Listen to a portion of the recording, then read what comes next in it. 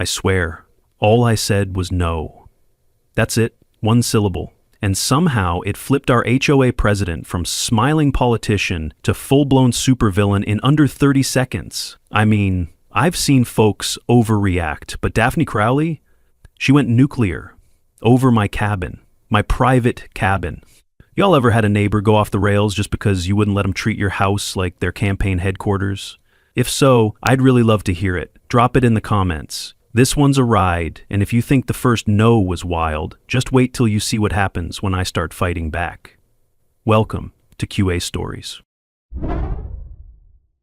Let me set the scene. It's a typical Friday afternoon at our monthly HOA community lunch, and honestly, I only attend because my neighbor Warren keeps telling me I should be more involved. I'm Grant Maddox, 38 years old, work as a building inspector for the county, and I just want to live quietly in my lakeside cabin without drama. Cabin A3. That's my little slice of heaven, where I can drink coffee on the deck and watch the sunrise without anyone bothering me. Or at least, that's what I thought before I met Daphne Crowley, our HOA president, who apparently thinks she's running for governor instead of managing a small lakeside community. Warren Briggs, the retired farmer who's lived here longer than anyone, warned me about her once.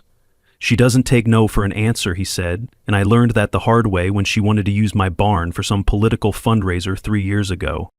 I should have known something was up when Daphne approached me with that politician's smile. You know the one, where their mouth moves but their eyes stay cold. "Grant, honey," she says, and right there I knew I was in trouble, 'cause nobody calls me honey unless they want something big. Clara Monroe, the HOA secretary, is hovering nearby with this nervous expression on her face. Clara knows all the HOA secrets, but stays quiet out of fear. You can see it in how she clutches her clipboard and avoids eye contact when things get tense. "I need a tiny favor," Daphne continues, sitting down across from me at the community center's folding table. "I'm trying to eat my mediocre sandwich and make small talk with the neighbors, not negotiate whatever scheme she's cooking up. Could I borrow your cabin A3 this weekend for a very important community meeting? You could stay at that nice hotel downtown. I'll even help with the cost." I paused. Was this real? Did she just ask to borrow my house like it was a spare lawn chair? My mouth opened, then shut again. I had to make sure I wasn't hallucinating. The way she says it like she's doing me a favor by kicking me out of my own home for the weekend? I'm looking at this woman trying to process what she just asked, and honestly, I'm caught completely off guard. I mean, who asks to borrow someone's house like it's a lawnmower? But I tried to stay polite because, community relations and all that. "Sorry, Daphne, but my cabin isn't available for events. It's my private home." Simple, clear, reasonable response, right? Wrong. The temperature in that room dropped about 20 degrees, and I could see her politician mask starting to crack around the edges. That's when Nancy Weller, bless her heart, but sometimes she really needs to think before she speaks, chimes in from across the room. "Oh, isn't that where you're meeting with Mayor Richardson about the waterfront development project?" The room went silent. My sandwich tasted like cardboard suddenly. My mind scrambled. Mayor Richardson? In my cabin? Why had I never heard a word about this before now? And just like that, the whole dynamic changed. I'm standing there with my keys still in my hand, looking between Daphne and Nancy, trying to process what I just heard. "Wait, what? You want me to unlock my cabin for political meetings?" The words come out before I can stop them, and honestly, I'm not even sure I wanted to stop them, because suddenly this isn't about community meetings or neighborly favors. This is about using my private property as some kind of campaign headquarters. Daphne's face goes through about 3 different expressions in 2 seconds. Surprise that Nancy spilled the beans, anger that her cover story just got blown, and then this weird calculating look, like she's trying to figure out how to spin this back in her favor. But here's where it gets really interesting. Instead of backing down or apologizing for misleading me, Daphne doubles down, right there in front of my cabin door, because apparently we'd all walked over there during this conversation. Her voice gets shrill and demanding. "Grant, you clearly don't understand how important this is. This could bring major investment to our area. I need you to unlock that door right now." I'm watching this woman transform from fake sweet politician to full-blown dictator in real time, and honestly, it's kind of fascinating in a terrifying way. Her face is getting red. She's pointing at my cabin door like she's casting some kind of spell, and I can see the other board members looking uncomfortable. Clara looks like she wants to disappear into the ground. Warren has this knowing look on his face, like he's seen this movie before and knows exactly how it ends. Standing there on my own porch, my porch, I cross my arms and look Daphne straight in the eye. "Daphne, "You're the HOA president, not the owner of my cabin," and I said no. "I'm not unlocking my door for your campaign meetings." My palms were sweating. I felt every neighbor's eyes on my back. This wasn't just a firm no. This was a line in the sand, and I was the only one standing behind it. The silence that follows is so thick you could cut it with a knife. Everyone's staring, waiting to see what happens next. I can practically hear the gears turning in people's heads as they realize this isn't just about a community meeting anymore. Warren's nodding slightly like he approves. Clara looks terrified, and Nancy seems to finally understand that her helpful comment just started World War III. But Daphne? Daphne forces this smile that doesn't reach her eyes, and her voice turns ice cold. "Well, I hope you'll reconsider what's best for everyone here, Grant." The way she emphasizes everyone makes it clear that in her mind, I'm not part of that group anymore.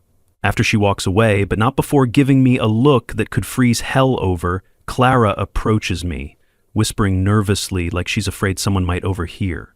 "Grant, you should be really careful." She doesn't handle rejection well. There's stuff in the files, things most people never read.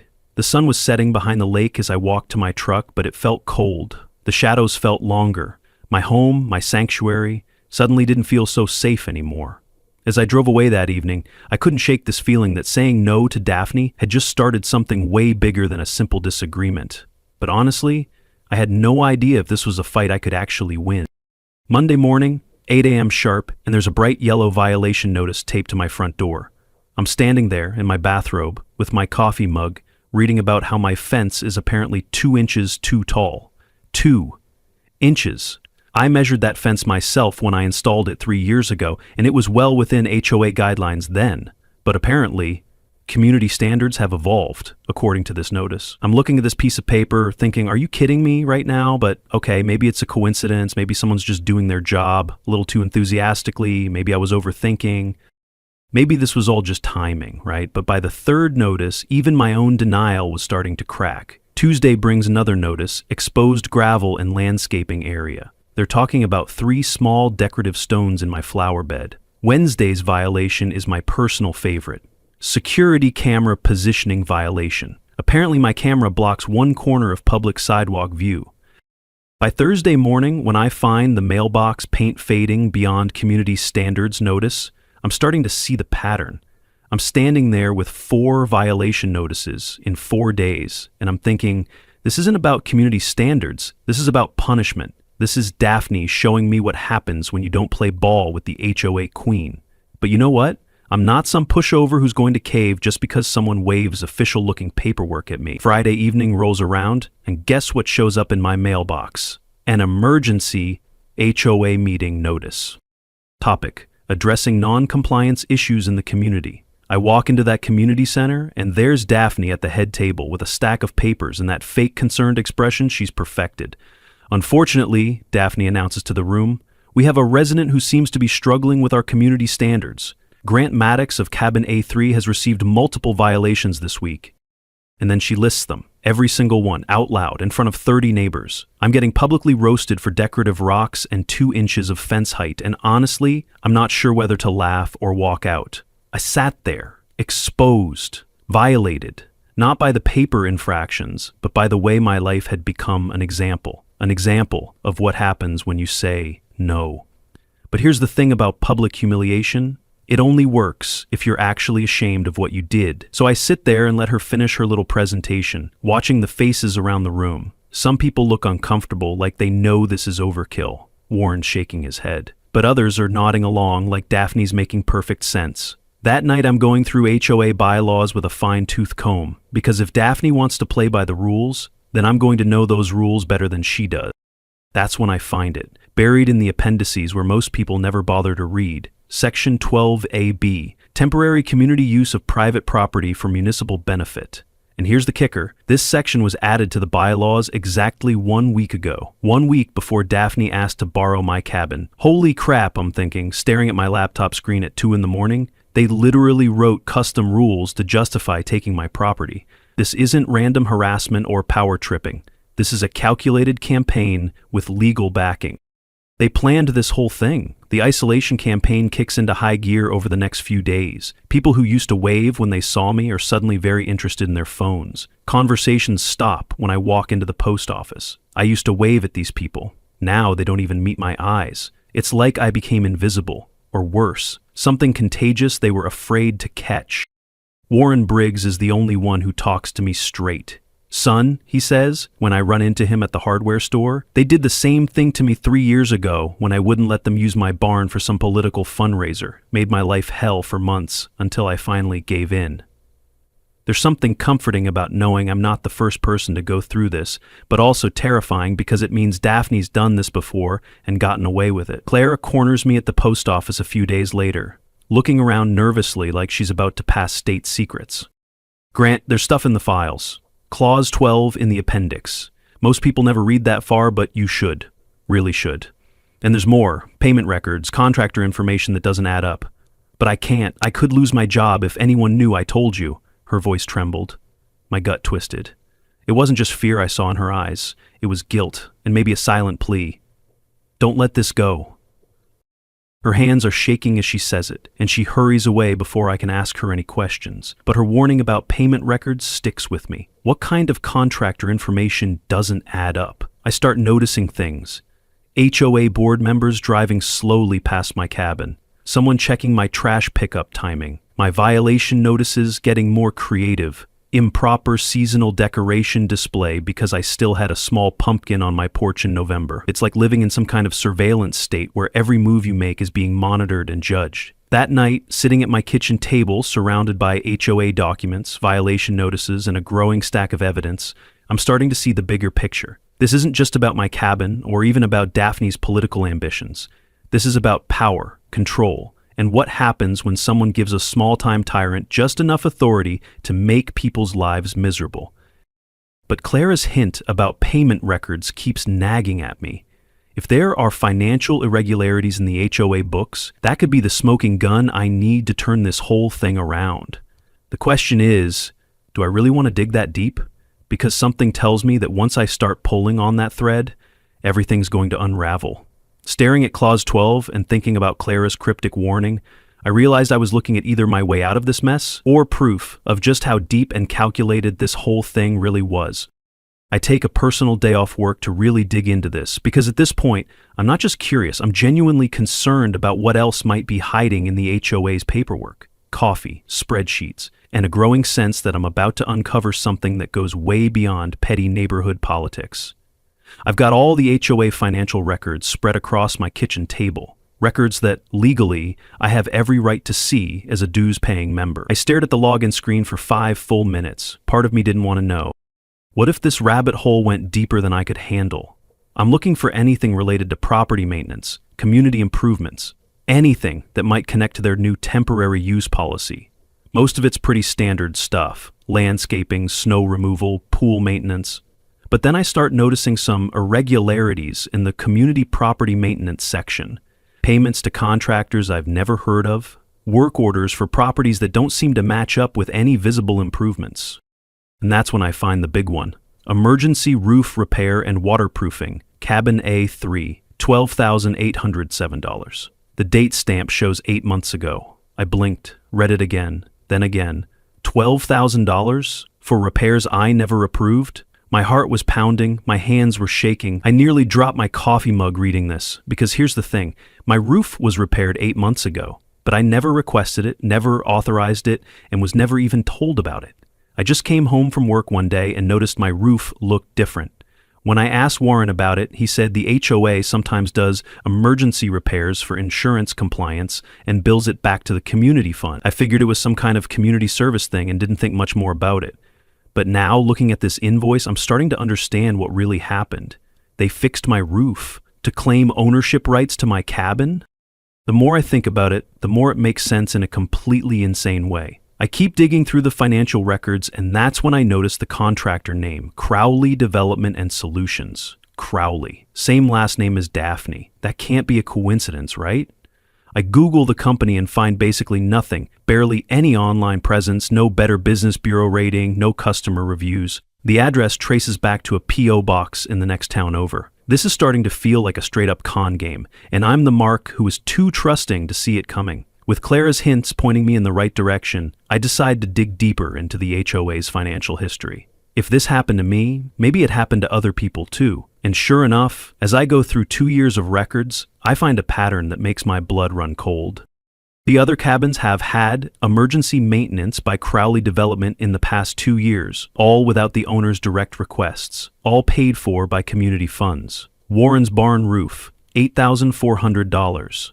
The Henderson's deck repair, $6,200. Mrs. Patterson's driveway, $4,850. Every single one was characterized as emergency maintenance for insurance compliance or preventive maintenance to protect community property values. And every single one was done without the property owners asking for it. This wasn't just paperwork. This was betrayal. Cold, calculated, paper trail betrayal. My home was just one move in a long game I never knew I was part of. I'm putting together a timeline on my kitchen wall now, feeling like some kind of conspiracy theorist, but the pattern is undeniable. First, the HOA identifies maintenance needs on private property. Then Crowley Development does the work without owner consent. The HOA pays with community funds. And finally, the properties become community invested, giving the HOA leverage to demand usage rights. It's a property grab scheme disguised as community maintenance, and it's been going on for at least 2 years. But here's what really gets me, the timing. Every single property that received this emergency maintenance was later approached for community use within 6 months. Warren's barn for festival storage, the Henderson's deck for outdoor community meetings, Mrs. Patterson's driveway for additional parking during HOA events. And when people said no, that's when the violation notices started piling up. Warren confirms my suspicions when I show him the financial records. Yeah, they fixed my barn roof, he tells me, sitting on his porch with a cup of coffee and a disgusted expression, then 6 months later demanded I let them use it for storage during the annual festival. When I said no, they threatened to put a lien on my property for unpaid community improvements. Eventually, I just gave in. It was easier than fighting them in court. The way he says it, like he's been carrying this anger around for years, makes me realize this isn't just about me, or even just about my cabin. This is about a systematic abuse of power that's been going on right under our noses, and most of us were too busy living our lives to notice. How many people just gave in? I ask him. More than you'd think, he replies. It's easier to hand over your keys for a weekend than fight the HOA in court, but not anymore. Not if I have anything to say about it. Maybe I should walk away. Let it go. But then I remembered Warren's barn, Clara's clipboard-clutching fear. If I walked now, I'd be just another name on Daphne's list of people she broke. I spend the rest of the evening creating a detailed spreadsheet. Property addresses, work dates, amounts paid, timing of subsequent requests for property use. The pattern is crystal clear, and it all leads back to Crowley Development and Solutions. Looking at all this evidence spread across my table at 2 a.m, surrounded by printed financial records, highlighted invoices, and a growing file of documentation, I realized I'd stumbled onto something way bigger than just HOA power games. But the question was, did I really want to know how far this corruption rabbit hole went? First thing Monday morning, I call a property lawyer who handles HOA disputes, real estate attorney named Mitchell Hughes. I explain the whole situation, the unauthorized improvements, the community funds, the new bylaws allowing temporary seizure of properties they've invested in. There's this long pause before he responds. Bant, this is creative. Legally speaking, it's a gray area. If the HOA bylaws allow it and they can prove the work was necessary maintenance, challenging it could cost you more than your cabin's worth. My heart sinks like a stone. So they can just take it? Not permanently, but temporarily, for community benefit, with the right legal language? Maybe. You'd be looking at years of litigation and tens of thousands in legal fees. I stared at the phone long after he hung up.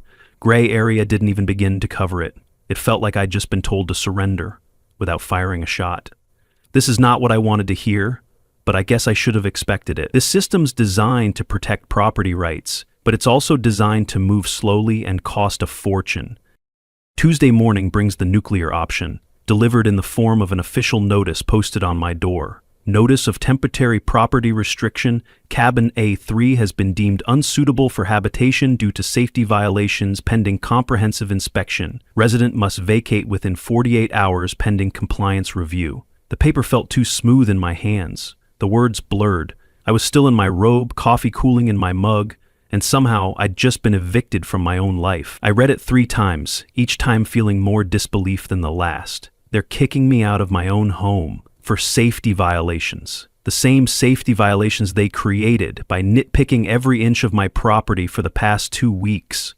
I'm standing on my own porch, holding this notice, wondering if this is what it felt like to live in some authoritarian country where officials can just decide your home is unsuitable because you refuse to cooperate with their schemes.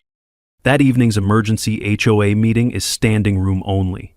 Word has gotten around that there's drama, and apparently nothing brings neighbors together like watching someone else's life fall apart. I walk in with my folder of financial evidence, ready to present my case to the community. But Daphne's already set the narrative. Unfortunately, she announces before I can even find a seat, we have a situation that affects community safety and property values. Grant Maddox has been resistant to compliance with safety standards, and professional inspection has revealed multiple code violations that make his property a liability to neighboring homes. When I finally get a chance to speak, I show them the financial records, point out the unauthorized work, explain the pattern of forced property usage. But you know what? People don't want to hear it. Nancy Weller stands up and says, Grant, everyone here has contributed to community improvements at some point. My deck was repaired after storm damage using HOA emergency funds. I was grateful, not suspicious. Other voices join in. He's being paranoid. The HOA has always looked out for us. Maybe he should just cooperate for once. They weren't just defending her. They were indicting me. I wanted to scream, to beg someone, anyone, to see through it. But no one met my eyes, not even Clara. It's like watching a group of people defend their own kidnapper because Stockholm Syndrome is easier than admitting they've been manipulated. Only Warren backs me up. This is exactly what happened to the Kowalskis 10 years ago. They fought it for 2 years before finally moving away, but his voice gets drowned out by the chorus of neighbors who think I'm the problem. Wednesday night, I'm packing a suitcase in a hotel room 6 miles from my own home, actually kicked out of my own cabin by people I've been paying HOA dues to for 3 years. I sat on the edge of the bed, suitcase half zipped. I could just go, disappear. I opened Zillow, typed in remote cabins in Idaho. I almost hit enter, sitting on that hotel bed, staring at my suitcase. I've never felt more alone or powerless in my life. The legal system's too slow and expensive. The community thinks I'm paranoid. Even Clara's gone silent, probably afraid of losing her job. You know, I've shared stories like this before. Tales of people getting screwed over by systems they trusted, communities that turned against them when they tried to stand up for their rights. But experiencing it yourself hits completely different. When you're sitting in a hotel room, kicked out of your own property by people who are supposed to represent your interests, that's when you realize how the game is actually rigged.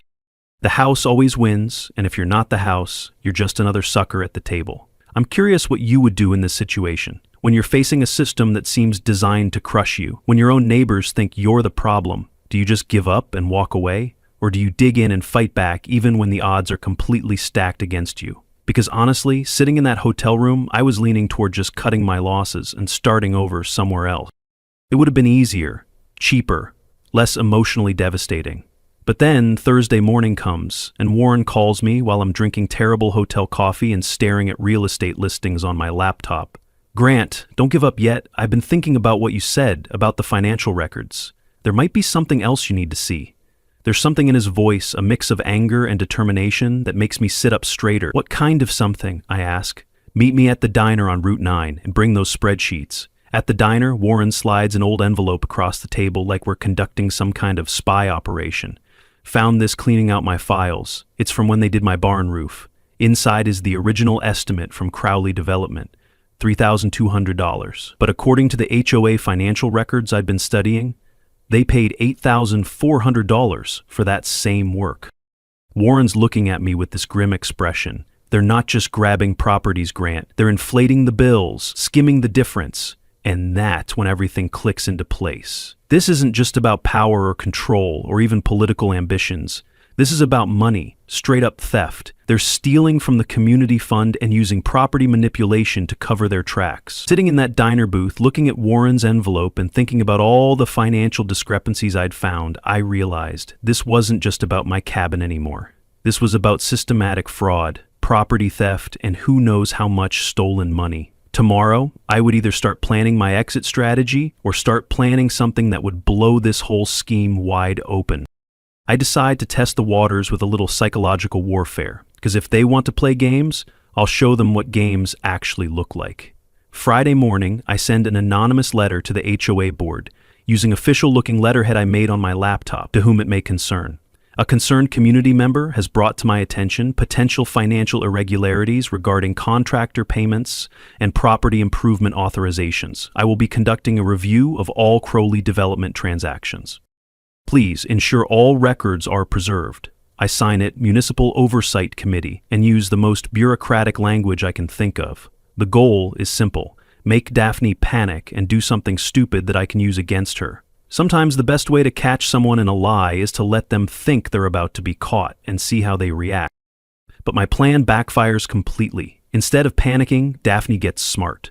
Over the weekend, I see HOA board members doing routine property inspections around the community, but they're being careful, not getting too close to my cabin, just observing from a distance. Clara won't return my calls at all now. Warren tells me that board members have been asking neighbors about suspicious activity and outside agitators trying to destabilize the community. She's not stupid, I realize, watching from my hotel window as two board members walk slowly past my empty cabin. She knows someone's watching now, and she's not going to make any obvious mistakes. This is going to require a more subtle approach. Losing Clara as my inside source is a bigger blow than I expected. Monday evening she texts me, "Grant, I can't help anymore. My job depends on staying out of this. I'm sorry." Now I'm really alone. No inside information, no document access, just me, my hotel room, and a growing stack of evidence that might not be enough to prove anything in court. But you know what? Sometimes being cornered forces you to get creative. If I can't get evidence the easy way, maybe I need to create an opportunity for them to incriminate themselves. Was I really doing this? Was I crossing into paranoia, or finally thinking like someone who wanted to survive? If I couldn't beat her in court, maybe I could beat her in her own game. Tuesday night.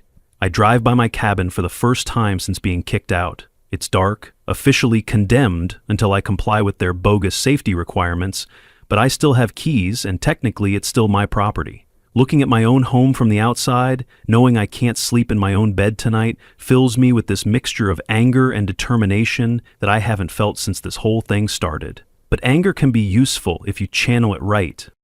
So I set up a plan that's either brilliant or completely insane. Sometimes it's hard to tell the difference. I hide a small wireless security camera in my bookshelf, position it so it has a clear view of my kitchen table. Then I leave a confidential legal documents folder obviously displayed on that table, along with a fake complaint letter to the district attorney about HOA financial irregularities. I adjusted the folder on the table 3 times. The light had to hit it just right. Obvious, but not too obvious. It had to feel tempting. The bait is set. Wednesday, I make a big show of telling the hotel clerk that I'm driving to the state capitol for meetings with regulatory officials, speaking loud enough for other people in the lobby to hear. Then I post on the community message board, taking a few days to visit family upstate, thanks to everyone who's been supportive during this difficult time. The goal is to make it look like I'm out of town, building a legal case and keeping sensitive documents in my empty cabin. If Daphne is half as paranoid and controlling as I think she is, she won't be able to resist the opportunity to see what I'm planning. And sure enough, Thursday night at 11:47 p.m., my phone buzzes with a motion alert from the hidden camera. My heart slammed against my ribs. For a second, I couldn't breathe. I fumbled the phone twice before the feed loaded.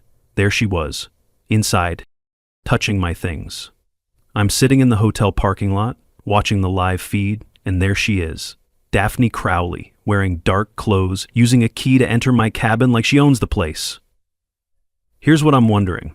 If you caught someone red-handed like this, breaking into your home and basically confessing to everything, would you go public immediately or wait for the perfect moment to drop the bomb for maximum impact? Because watching that footage in real time, seeing her go straight to my kitchen table and start photographing my fake legal documents with her phone, I'm filled with this incredible sense of vindication.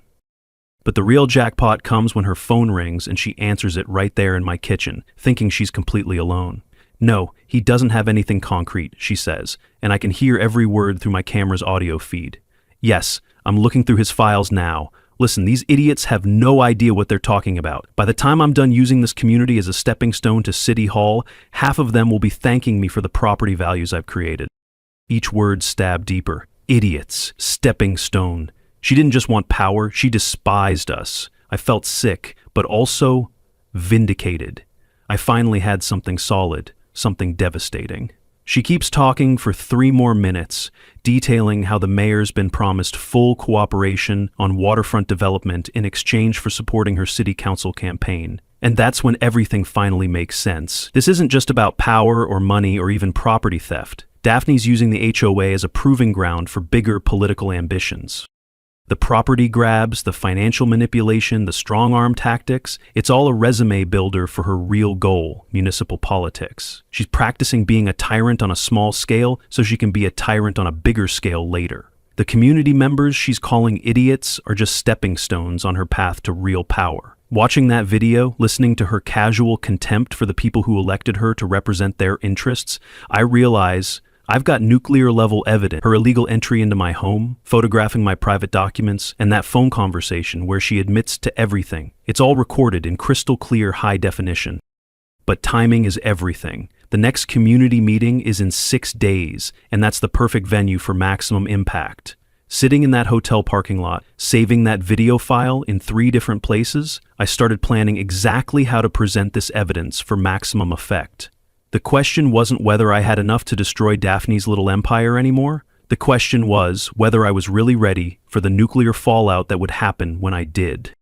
Monday night, monthly HOA community meeting.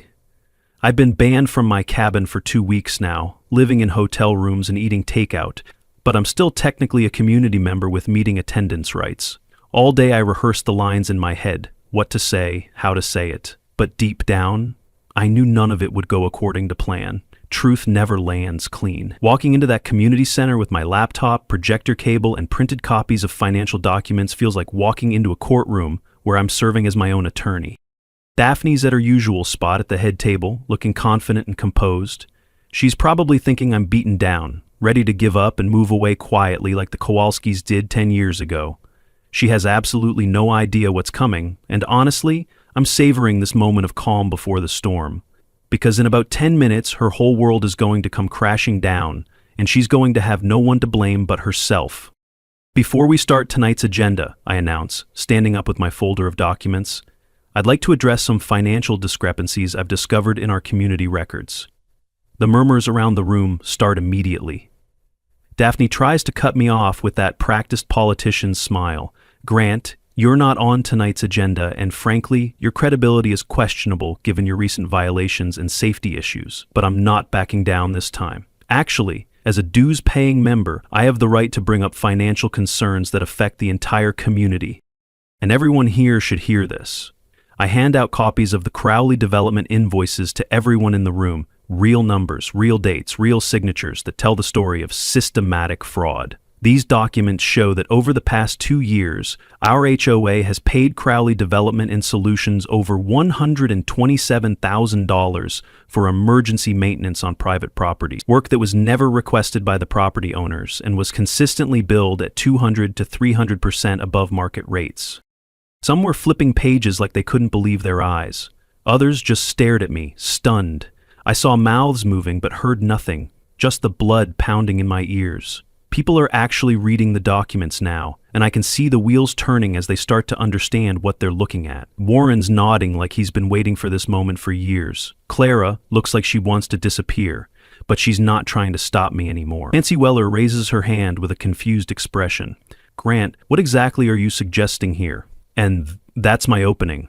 I'm not suggesting anything, Nancy. I'm stating facts. Crowley Development is owned by Daphne's family.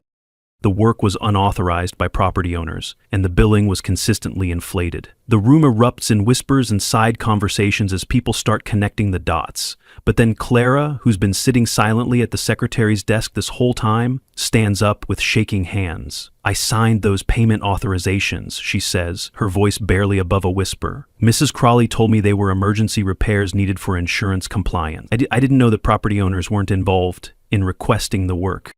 The admission hits the room like a bomb, and suddenly everyone's looking at Daphne with new eyes. Daphne tries to maintain control, standing up with her hands raised like she's calming an unruly crowd. "This is all completely legitimate. Emergency maintenance is clearly outlined in our bylaws, and all work was performed to community standards." But I'm ready for this response. "Speaking of bylaws, Daphne, let's talk about Section 12B. The Temporary Community Use Clause, the one that was added exactly 1 week before you asked to borrow my cabin for your political meeting with the mayor." More murmurs, louder now, as people realize the implications. These aren't coincidences or misunderstandings. This is a calculated scheme that's been in the works for months, maybe years. Warren stands up at this point, his voice carrying across the room.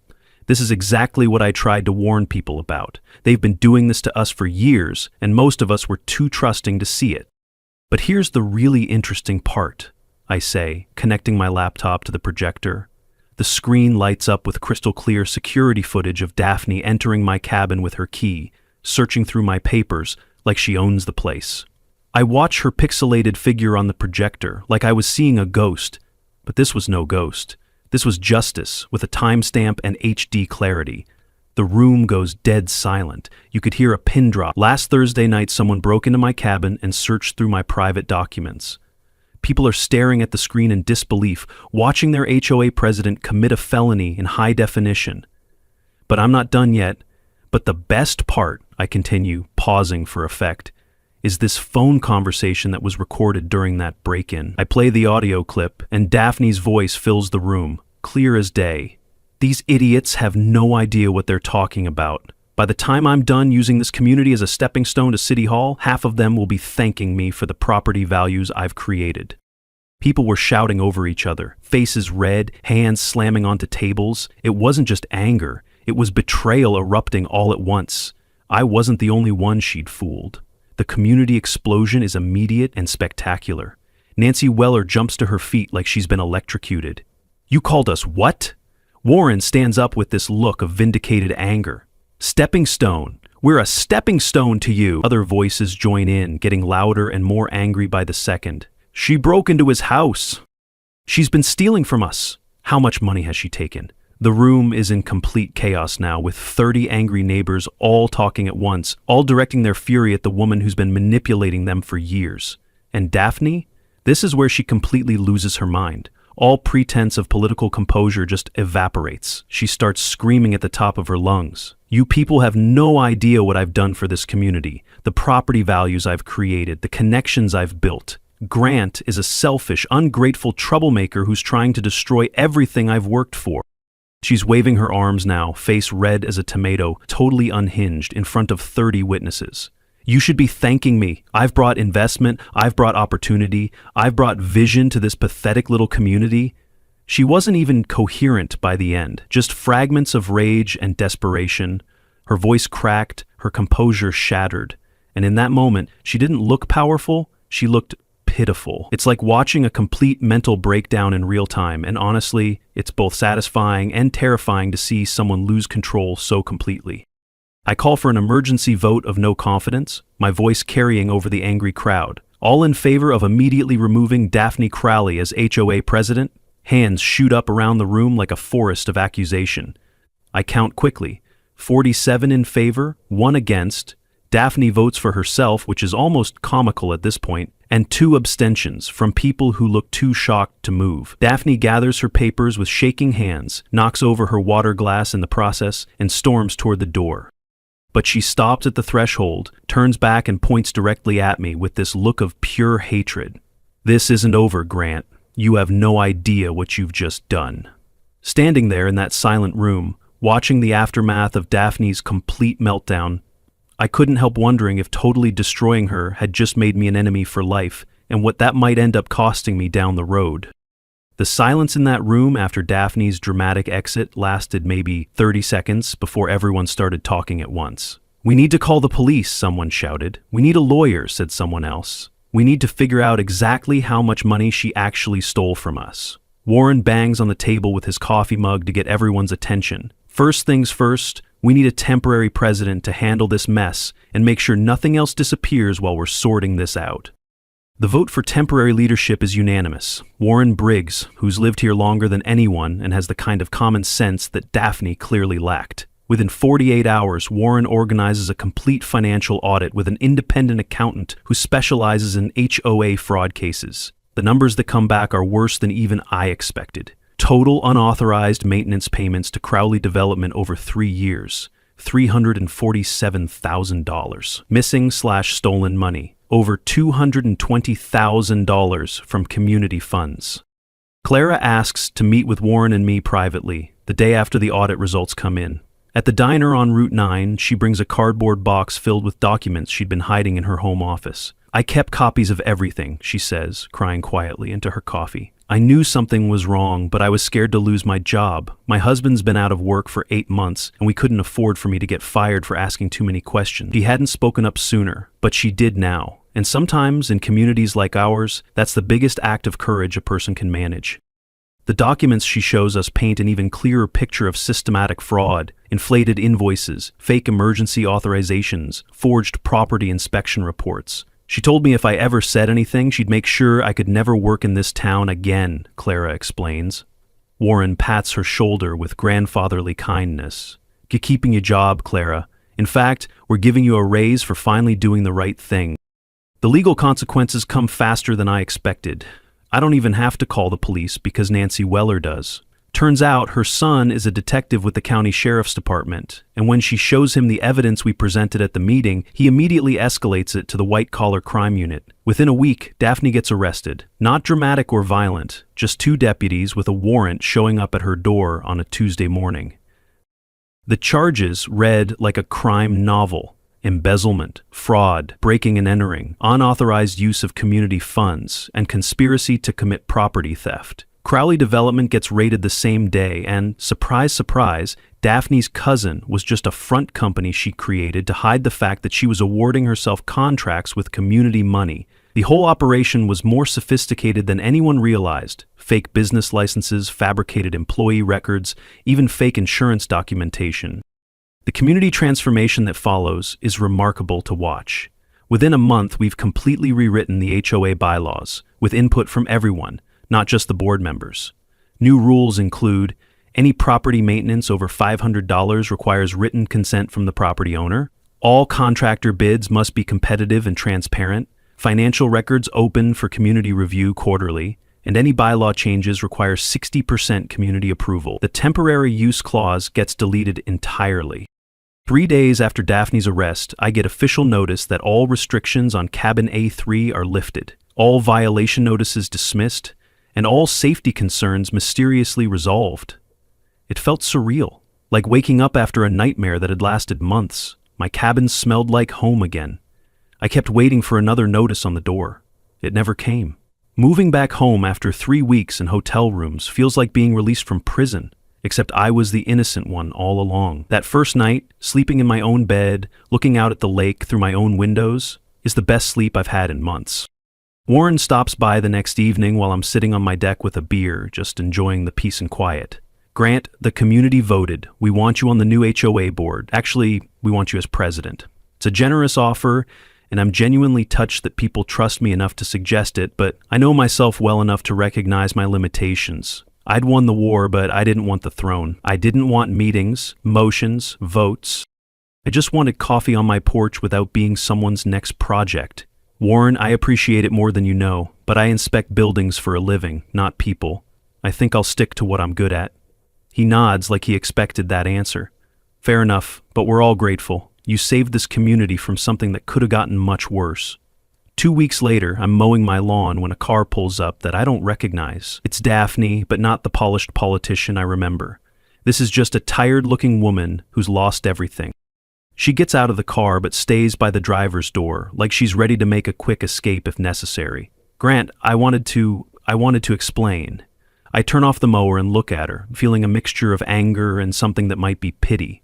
She looked like someone whose world had shrunk to the space inside her own head. The confidence was gone. Only bones and shame remained. Explain what? The stealing? The lying? The part where you called your neighbors idiots? She nods slowly, looking older than her 49 years. I got carried away.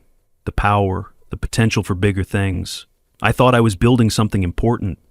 Looking at her now, I almost feel sorry for her. Almost. You were building something, Daphne. You were building a criminal enterprise. She looks at my cabin, then back at me with resignation in her eyes. I suppose I was. I won't bother you again. And with that, she drives away. I never see her again.